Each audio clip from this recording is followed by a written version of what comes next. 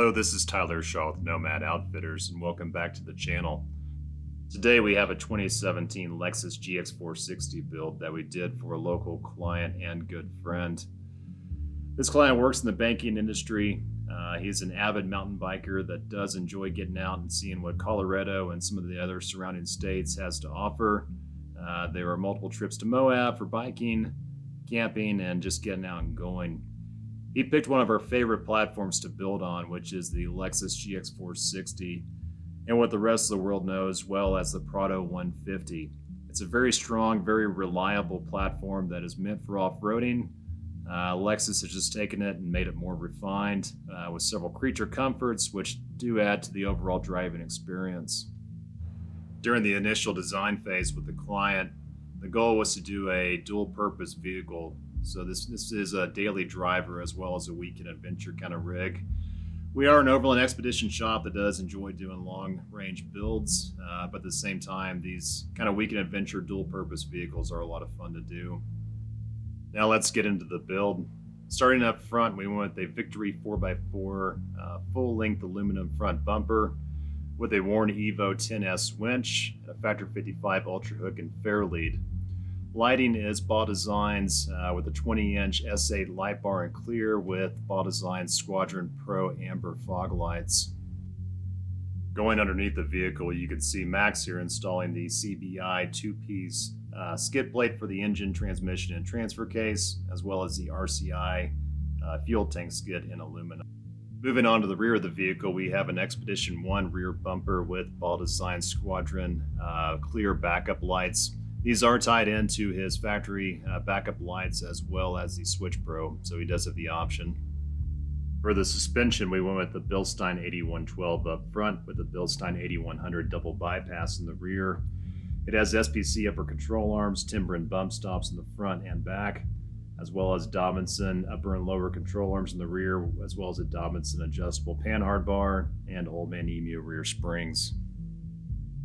For a slider/side step, this client chose Expedition 1 sliders. He opted for our custom powder coat traction coat on the top plates for the sliders as well as on the rear bumper.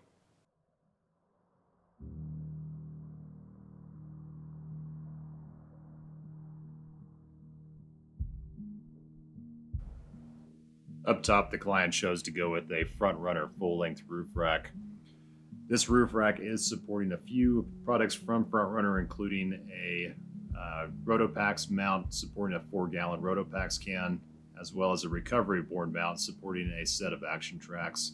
We did a modified Stow-It mount with a Crazy Beaver shovel. It also has a 270-degree awning from Free Spirit and a wind fairing from Front Runner. We do like the optionality that a full-length roof rack provides.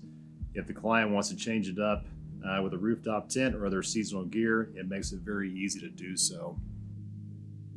Going under the hood, we did an Expedition 1 washer bottle relocation kit, an ARB twin air compressor with a mount. Underneath the mount, we put a Switch Pro 9100 that is tucked up out of the way. It has an Odyssey AGM battery with an SDHQ billet battery tie down and sleeve billet battery terminals. For wheels and tires, we did Method Beat Grip 703s wrapped in a 285/70/17 Toyo Open Country AT3. Although this vehicle is very well equipped as it stands today, there are a few future mods being discussed with the client.